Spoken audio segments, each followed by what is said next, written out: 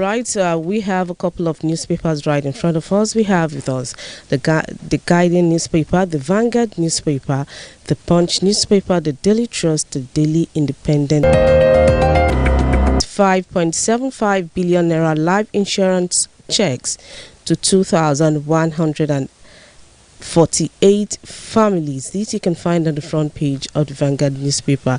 You can flip over to page 6 to read details of it. Moving ahead, I have struggles with ignorance, stigma, poverty. The government moves to ramp up food production. That's what the Vanguard newspaper reviews for this morning. Another headline I have here: Elumelu, McCain highlights solution to Africa's youth unemployment. Moving ahead, I have on Gaza: we won't be silent as apartheid is perpetrated. 0.3% as CBN hikes interest rate to 27.25%.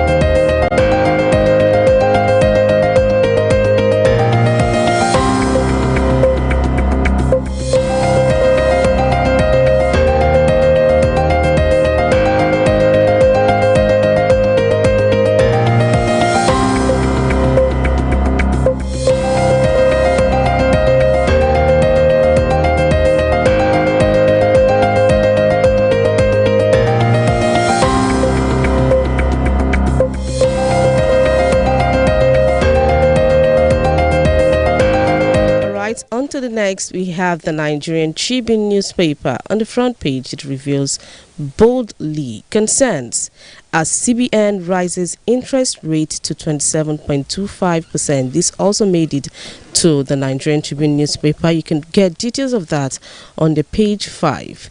And it has few riders: manufacturers to continue paying high interest rate, tightening of MPC detrimental to investment economic growth. That's according to CCPE. Another headline I have here: Dangote advocates total fuel subsidy removal. And it has the rider who flood victims.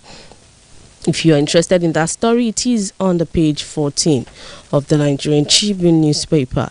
Moving ahead, I have Tinubu sent Kekere Ekun's name, 21 RMA FC commissioners to Senate. Observers should not usurp INEC rules.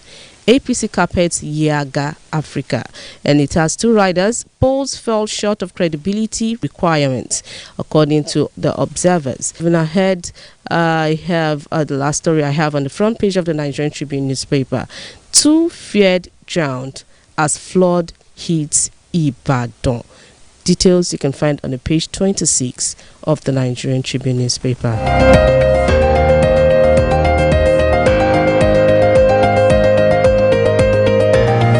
Alright, the next daily I have here is the Punch newspaper, and the front page reveals boldly on subsidy.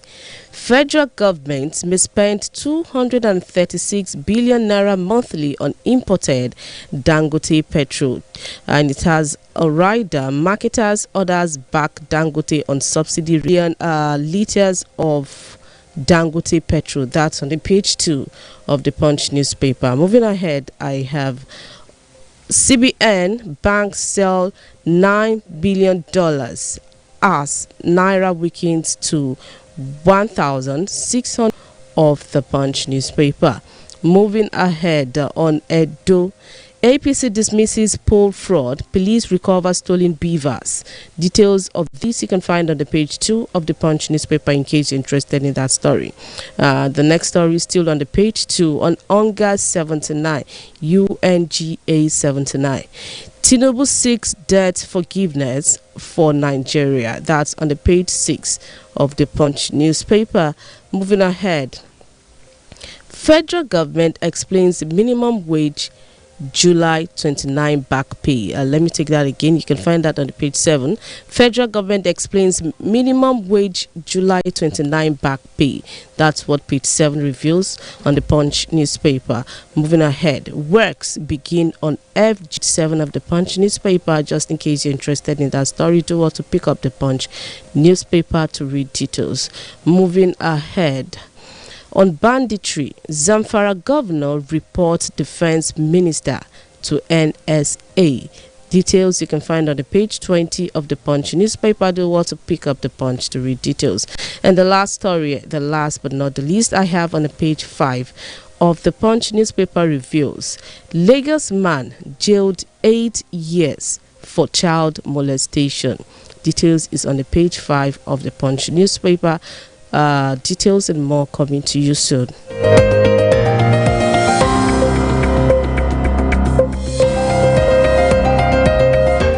On the Daily Trust newspaper, Army discharges female soldier who accused officer of sexual advances, and it has 3 riders, cites mental challenge.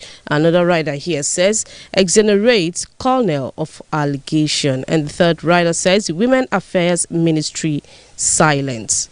That's on the page 4 of the Daily Trust newspaper. If you are interested in that story, do pick up the Daily Trust to read details. Moving ahead, I have Tinubu 6 UN permanent seats, debt forgiveness for Nigeria. Others. Details of that you can find on the page 6 of the Daily Trust newspaper. Do want to pick up the Daily Trust to read details. Moving ahead, Nigerians grappling with hardship. That's according to Akpabio. To know what Akpabio says about Nigeria's hardship, it is on the page 4 of the Daily Trust newspaper. Do want to pick up the Daily Trust to read details. BUA donates 2 billion naira Binani. Let me take that again. I beg your pardon. BUA donates 2 billion naira Binani 50 million naira to Borno flood victims. Details you can find on the page 22 of the Daily Trust newspaper. The EFCC probes own staff over 15 million naira bribery allegation. That's the details we have on the page 7 of the Daily Trust newspaper. Moving ahead. Against expectations, CBN raises interest rate to 27.25%, and you can find details of that on the page 19 of the Daily Trust newspaper. Do well to pick it up to read details. I'm moving ahead. Zamfara on Zamfara, that is on the page 10. Lawal Matawale's feud gets messier. That's on the page 10 of the Daily Trust newspaper. Do well to pick up the Daily Trust to read details. And the last story I have on the front page of the Daily Trust, Akure goes to sleep as monarch begins leave. Page 16 of the Daily Trust newspaper reveals this.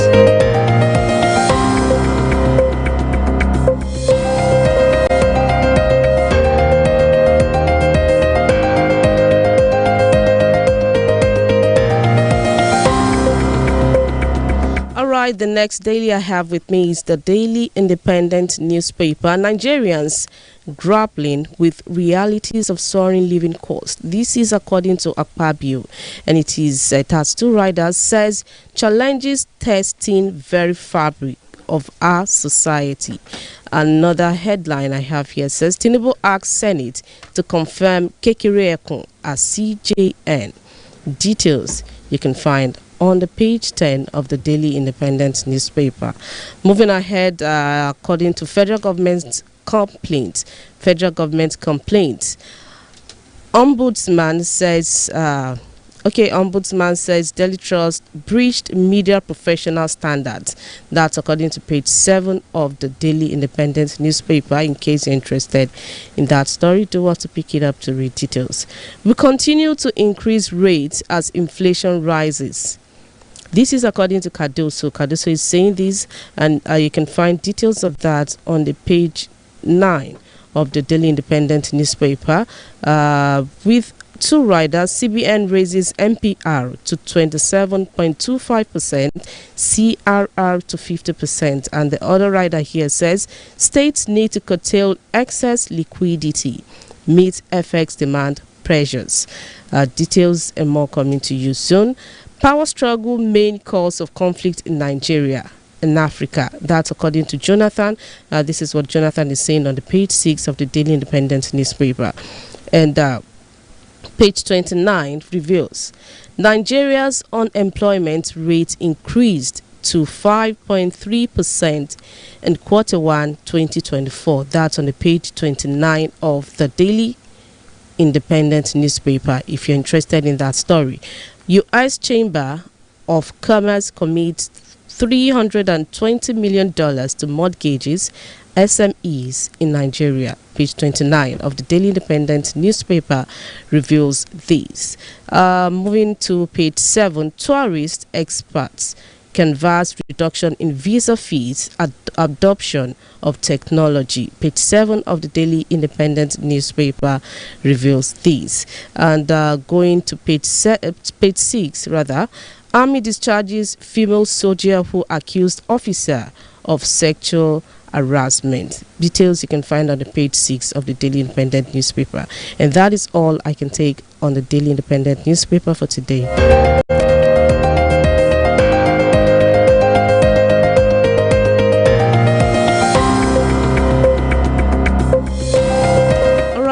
Moving ahead from the Daily Independent newspaper to the Guardian newspaper. Growing jobless, self-employed Nigerians deem tax potential. That you can find on the page 6 of the Guardian. And there is a picture on the front page, overview of the Nigerian labor market. You can get that. You can pick up the Guardian newspaper to read more and more of it. Tinubu advocates multilateralism, permanent UNSC seat, debt forgiveness. That's on the page 3 of the Guardian in case you're interested in that story. Moving ahead, Dangote over job cuts, food hike, as CBN says nation not yet out of the woods. Details you can find on the page 6 of the Guardian newspaper.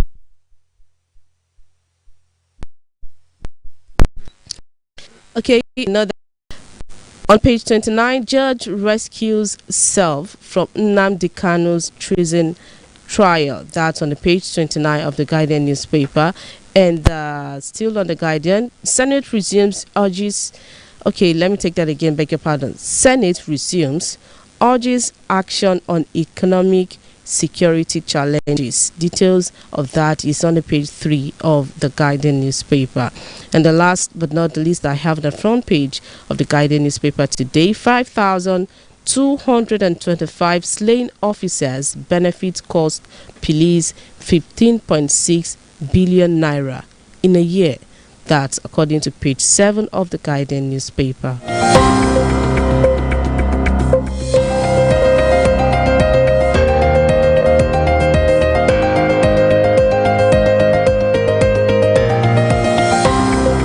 And that's all we have on the front pages of our daily newspapers. And we will be going to take a breather. We will be going for a short break. Now, when we come back, we give to you more and more details on the daily newspapers.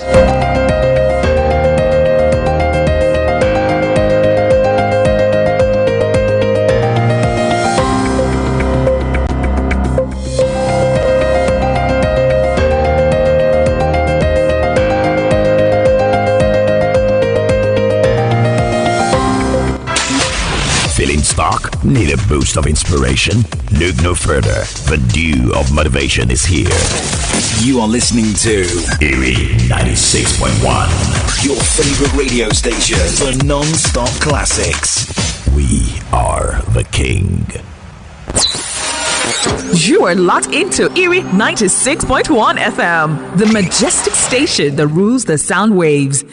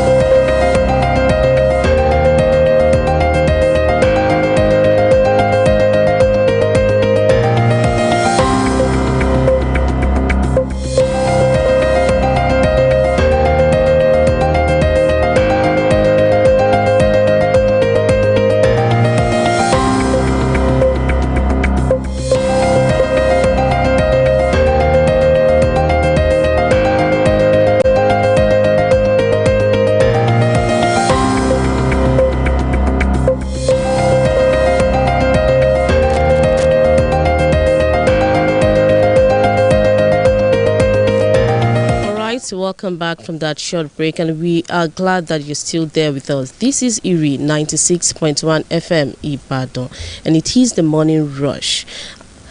I have with me the Punch newspaper. That's the first story I'll be starting with from the Punch newspaper. Tinubu declines to extend parliamentary workers' retirement age. President Bola Tinubu has rejected the harmonized version of the bill, which sought to extend the service year of the National Assembly staff by an additional 5 years. The bill sought to increase the retirement age to 65 years or 40 years of service from the current 60 years of age or 35 years of service for retirement. While the bill had earlier passed a third reading in the House of Representatives, it was initially rejected by the Senate after sparking a controversy among lawmakers. However, it was later reconsidered and passed by the Red Chamber and was then transmitted to the President for his assent. Given reasons for his refusal to assent to the bill, the President, in a letter written to the lawmakers and read by the Senate President Godswill Akpabio, Tinubu said his rejection was based on thorough examination and wide consultation. Tinubu said, and I quote, "I write in respect of the harmonized retirement age for legislative officers of the National Assembly of the Federal Republic of Nigeria bill passed by the National Assembly and forwarded to me for assent. Upon thorough examination and careful consultation, I have decided to withhold my assent to the bill. This decision is made in accordance with the powers vested in me by the Constitution of the Federal Republic of Nigeria. I wish to express my sincere appreciation for the diligent work of the Senate as regards the drafting and passage of this bill. However, I trust that this decision will be received with understanding and acceptance." And the story continues. To read more, just in case you're interested in that story, it is in the Punch newspaper with the headline, "Tinubu declines to extend parliamentary workers' retirement age." All right, we have with us our analyst. He is in the studio with us already in person of Mr. Pius Nsabe. Good morning to you, sir. Good morning, Taiwo. Yes, it's sir. good to be here with you this morning. Thank you so much, sir, and you're welcome to the Morning Rush. Thank you. All right, sir. This story is trending right now. Tinubu declining. One of the things we've noticed in Nigeria today is that those who have been employed, or particularly those under the employ of the government, keep looking for more ways of perpetuating themselves, while a lot of our young people are out there without jobs. You get the point. Yes, now sir. they have served for, and you are aged 60. There is hardly anything you would not have seen, knowing exactly when you were supposed to retire. So it is not when it is getting close to that time, or some particular people, some particular set of workers will begin to see it as an entitlement for them to want to continue to stay in the civil service.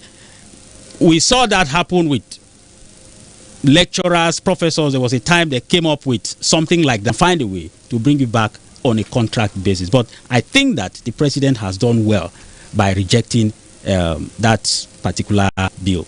All right, sir. Thank you so much, sir. We will be going to pay some bills now. When we come back, we still discuss on this matter. Do not go anywhere. The Money Rush continues.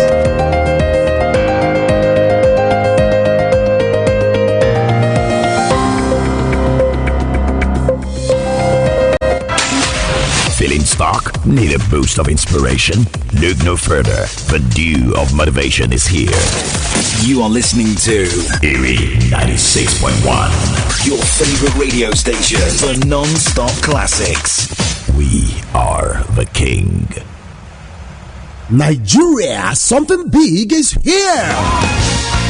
Are you scared of acquiring landed properties due to lack of trust and authenticity? Do you have to wait endlessly to get a red copy survey after every property purchase? Worry no more, because You Fit Homes is here to do things differently while providing solutions to housing challenges in Nigeria. With properties in Abuja, Lagos, Port Harcourt, Ilorin, and now Ibadan, You Fit Homes is here to make you a property owner. Get 50% launch discount off the actual price on our Ibadan property, located 10 minutes to the train station at Ido and 10 minutes to Monia train station. We won't just issue you a CFO. You also get a red copy survey right after you buy from us. Visit our head office at Block 8, Plot 15, 7 Up Road, Oluyole Main Estate, or call 0812-020-0803 for more enquiries. You Fit Homes, a home for all.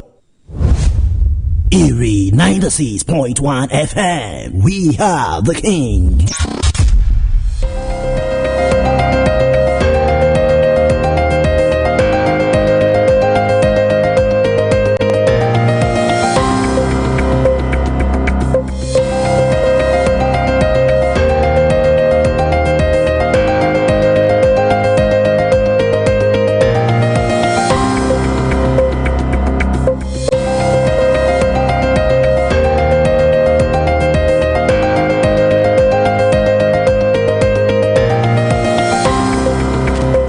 Welcome back from that commercial break. We are glad that you're still there with us, and the morning rush still continues on Erie 96.1 FM Ibadan. I have a story on the Nation newspaper.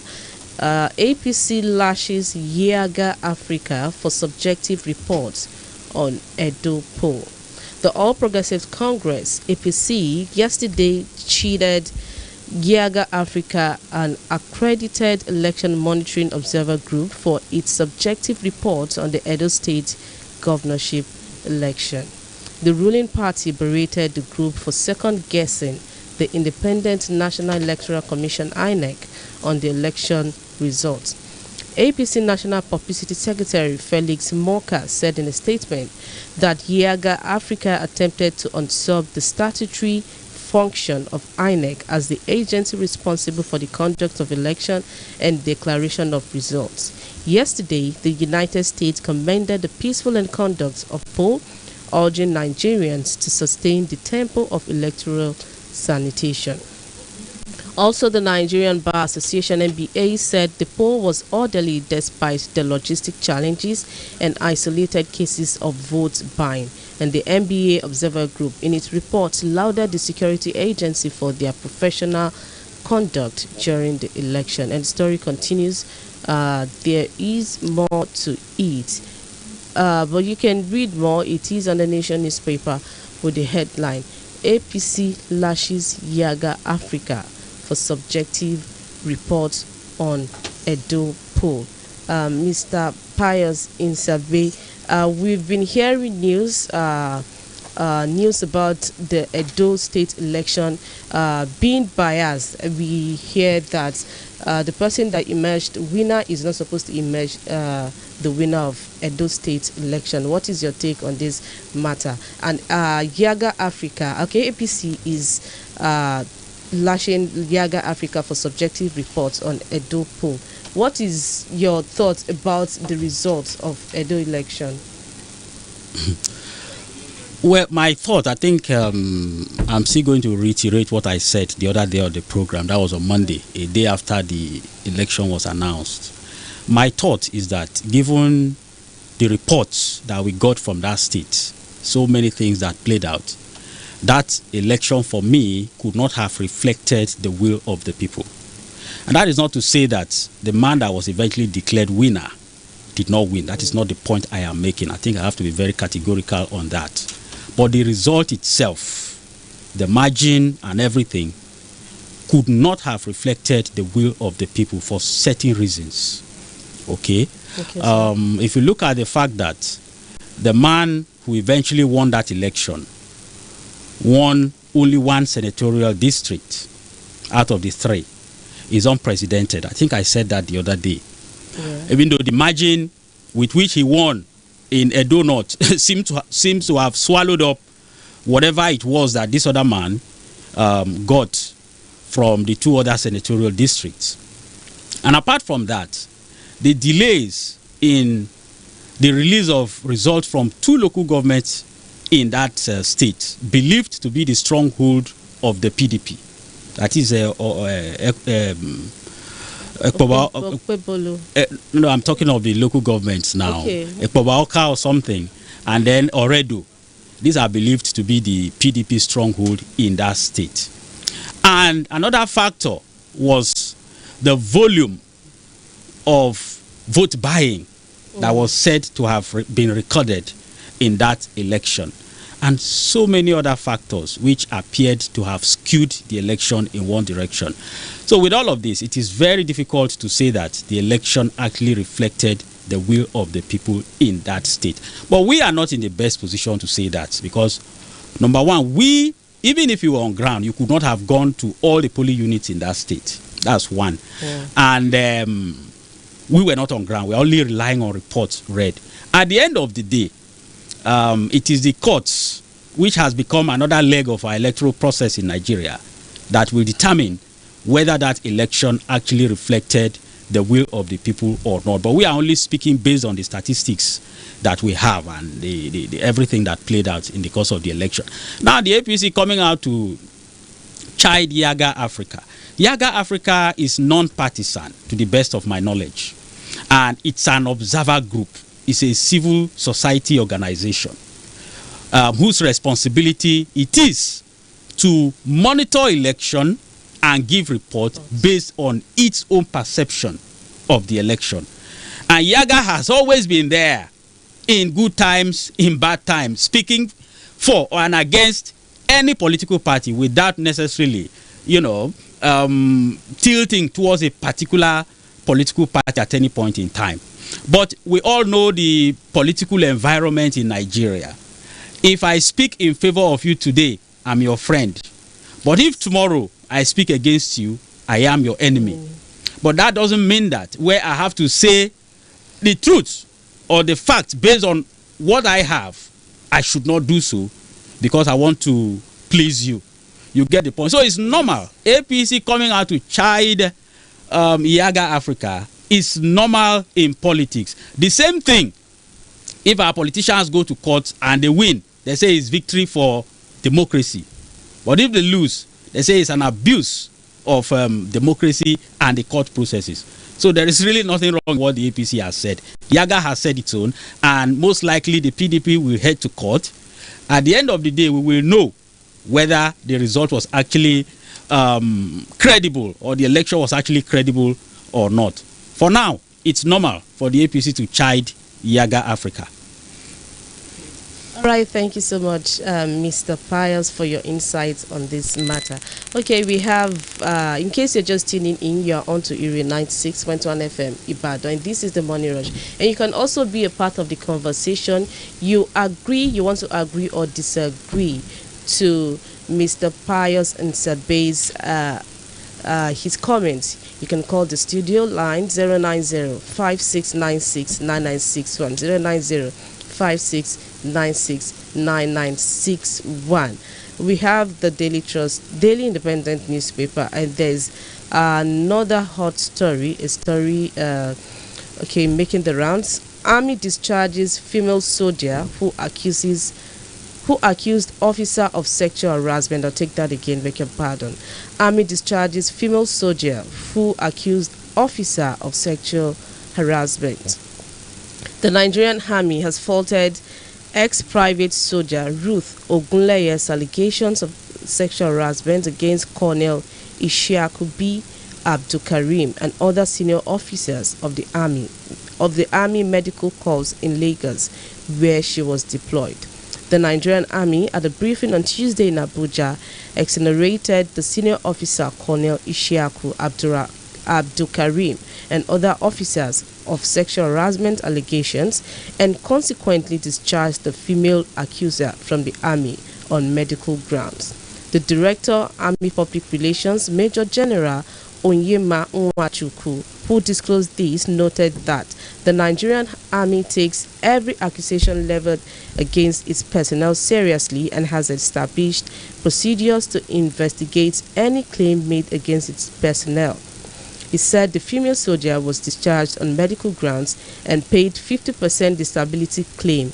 That's the benefit, despite not serving the mandatory 10 years to qualify for pension in the armed forces. He reiterated that the Nigerian Army is a professional force that is committed to the highest standards of discipline, integrity, and accountability, guided by rules and regulations that ensure every officer and soldier operates within the framework of respect for human rights and due process. And the story continues. It is on the Daily Independent newspaper with the headline, Army discharges female soldier who accused officer of sexual harassment. This story has been on for a very, very, very long time. And this woman came out some time ago that she was harassed by one of the officers that's in Lagos. And now we are hearing that the case has been dismissed and the army has been discharged. She has been discharged based on maybe she has a mental problem. Now, sir, what is your take on this as well? What do you have to say about this? Don't you think there is something more to it? As a matter of fact, when I read this story last night, one of the things that came to my mind was, within the system where you work, you can never you can never beat your boss to it. Yeah, that's exactly what came to my mind. And what exactly am I trying to say? What I'm saying in essence is that even if you have a case at the end of the day, the system, how we operate here in Nigeria, never gives a chance to subordinate favor. There is also a tendency that the stories were fabricated based on the reports of the military authorities, of the army authorities to be precise. Because the army says it has carried out its investigation and it found out that the story on the part of the woman was fabricated. And then it took the next step, which is to conduct medical, discharged her from the army, which I think is different from dismiss. Because dismiss means you have to leave the army without benefit and all of that. Discharge probably means, okay, go and rest. We don't need your services again, but whatever is due to you, we will still give to you. Now, having done all of that, I would say that as the military, even though the military has all the paraphernalia to conduct internal investigation, it has done its own part and then it has moved on. Now, what I would suggest as a person is that rights organizations should look again into this case, particularly those that have to do with women, because this matter now has to do with a woman's right. There's an headline I read about this story that says women rights, those in charge are silent. They are silent. They didn't say anything about it. Is it the Ministry of Women Affairs now? Yes, Ministry of Women Unfortunately, Affairs. that is where it should have started from. But maybe it's too early to say anything because this story actually broke yesterday. You get the point. Maybe it is too early to say anything. But what I'm saying in essence is that as an army, you cannot be a judge in your own court. They have done their own investigation.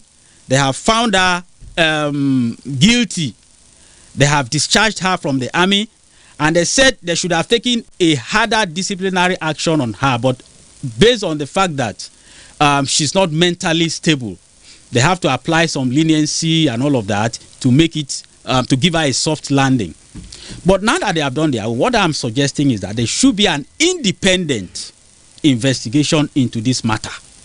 If indeed the women folk in this country, because I know we have lots of pressure groups that have to do with the women, it is cases like this that they should take up. Because she is just one person. How many more are going through this? And some people this particular issue, and they will not speak out. You know why? Because it is even against the military laws in the first place to even come out and make that kind of allegation on the social media. It's unethical, and that is where I think I would put some blame on her. You know, whatever you do, you are under an authority. That you have access to social media does not mean that you just have to come and put everything there. I mean, she has rights to lawyers and all of that, people who would help her push the case and all that. So there could be many more young ladies, not just in the military. We all see these things happen even in universities. Yes, sex for money, sex for marks, and all those kind of things. We see these things happen on a daily basis. Who says it doesn't happen in the military? So for me, there should be an independent investigation into this matter. And if at the end of the day, it was found that she did this as a result of her poor mental state, quote and unquote, then we could say that the army was right. All right. Otherwise, who knows? Maybe if she was unjustly discharged, she could be restored, and then the army sued for tampering with her right. This or that, let it be tested in the court. All right, thank you so much, sir. And talking about sexual harassment, this does not happen to just the female gender. This happens to both male and female gender, and whoever it happens to, let's just advise them out there that they should speak up. Yes, speak up. If you are a victim of any kind of harassment, you should speak up, and you should report to the right authorities. Just like Mr. Pius and Sabe says, that I think we should blame this woman because she took it to social media. That's the only area I think I can fault her, you know, having to take it above the authorities to the social media. The military has its own ethics, just like every other system. It's not everything you just take to the social media. There are processes, you know, to everything. You could as well contact rights groups, the courts, like I said, your lawyer, your higher authorities, without necessarily going on the social media to put up things like this. I think it's against the ethics of the military. Okay, thank you so much, sir. 09056969961 is the number to call. 09056969961 to be a part of this conversation. You can also drop your comments and observations on our Facebook on the comment section at Erie 96.1 FM Ibadan. We have a few comments on our Facebook, and I will be taking them later. Let's take this last story on the Nigerian Tribune newspaper. We are coming right into Oyo State, Ibadan to be precise. 2 feared drowned as flood hits Ibadan. 2 persons were feared drowned as several parts of Ibadan, the Oyo State capital, were flooded following a rainfall that lasted a few hours on Tuesday. That was yesterday. Some concerned persons retrieved the yet to be identified victims and dropped them into a vehicle to convey them to the Adeoyo General Hospital, Ring Road. The flood led to gridlock in several parts of the metropolis, leaving cars, houses, shops, stores, offices, properties and bridges underwater. Some of the areas that experienced flooding were Joyce B, Mobile area on Ring Road, Odono Elewe, Odono Kekere, Okeado, Mokola Roundabout, Agodi Garden, Songo, Bembo, Fodasis. There was gridlock in areas leading to Akpata, Omiadio, Challenge, Molete, Okeado, and Songo, with people resorting to trekking home as there were fewer commercial vehicles on the road. And the story continues. 2 feared drowned as flood hits Ibadan. That's according to Nigerian Tribune. What should we say is wrong? Because we've been reading stories about people commending bridges, rivers, and that this flood of a thing will not affect Ibadan. What should we say is the problem now? Well, the problem is that some things are natural. As humans, you can only make effort to an extent. That is not to say that the government could not do more, because we all know that when it comes to this issue of tackling flood, I think your state government has done quite a lot. Not enough. We can't say it has done enough. We would say it has done a lot, in tackling flooding. But that is not to say that occasionally you won't have issues of flood. And more so, given our attitude to our environment. The government will tell you don't build on certain places, don't build on canals, don't put your rubbish in certain places. Yes. Well, a lot of times we don't take this advice because we feel that maybe the advice is not good enough for us. I really don't know. But at the end of the day, it's about us. The way what the environment gives to you depends on what you give to the environment at the end of the day. So I think it calls for caution on the part of all of us to know how we handle the environment. And we must always, for those of us who live in Ibadan, we must always bear in mind that Ibadan is prone to flooding whenever it rains heavily. Personally, it is that I don't like going out, or wherever I am at that point in time, I try to stay put until the water recedes to a very considerable level before I start going home. When you live in Ibadan, just use your head whenever it wants to rain. I don't allow my kids anything once the weather begins to change. I don't let them even step out of the house. You understand? Because I know that Ibadan is prone to flood at any point in time whenever it rains. As a matter of fact, I'm surprised to have even heard that there was massive flood yesterday, because where I stay, I doubt if I saw rain. Maybe it just drizzled. I was even expecting stories like this last Wednesday when there was downpour. I mean, serious heavy rains. But we didn't hear stories like this. But for those who passed on, may their souls rest in peace. That is all we can say. But let the world be caution and more caution at every point in time. All right, you've heard from Mr. Pius. Let's all take precaution. Let's all be careful out there. Whenever it rains, you should stay put wherever you are. Thank you so much, Mr. Pius, for your insight. I have a few comments on our Facebook page. Let me quickly take these comments before we call it a wrap on the Morning Rush for today. From Olashende Habib Kamadupe, he's saying, well done from Okweyemi area Gbagi. Taufik Akim Banusa says, well done. Imafoje Peter says, good morning in the studio. Enough of these empty promises. President Buhari, 8 years was full of same and nothing could be shown for it. Now President Tinubu is making the same promises. We need actions and not all these clueless promises. God bless Nigeria. Thank you so much, Imafoji Peter. Oluwashin Ruth says the rate at which unemployment has increased across the country is quite alarming and even contributing greatly to the menace of insecurity. I will urge the federal government to review their policies that are making life more difficult for Nigerians and implore your state government to continue to give dividends to democracy, to the people in their usual way, so that the people can continue to enjoy. And another one from, let's call it a wrap. Let's call it a wrap. All right. Thank you so much for being there with us. We appreciate your comments and observations on our Facebook page. And Mr. Pius and Sabe, we really appreciate your presence with us in the studio. All right, sir, what do you have to say to the people? Well, thank you so much. Just what I want to say briefly is I see that some persons who post on the Facebook page will simply say, well done. Thank you, but that is not all that is needed on a program like this. Try and contribute your own quota to some of the comments, some of the issues of the day that are made. You never in progress as far as building this country is concerned. Nonetheless, you are well appreciated. Thank you so much, sir. We appreciate you once again, our viewers on Facebook and our listeners. We do appreciate you. Thanks for being there with us. Until we come back tomorrow on the Money Rush. Money Rush tomorrow. We have the dialogue at 9:30 to 10:30 a.m. with Oluwaseun Ogorotimi.